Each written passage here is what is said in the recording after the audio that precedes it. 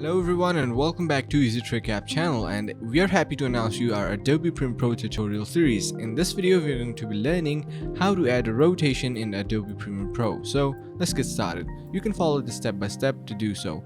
First, you need to import your videos in Adobe Premiere Pro. Here, as you can see, I have a couple of videos imported into my software, which I'm going to be dragging and dropping onto my timeline. You can see I have already done that. So when you hit space on your keyboard, you can see our video is playing. Now I want to add a rotation effect on this. So you can simply select your clip on which you want to add a rotation effect. Head over to your effect controls from the top left side of your screen. You can see it in here, and drop down the motion menu.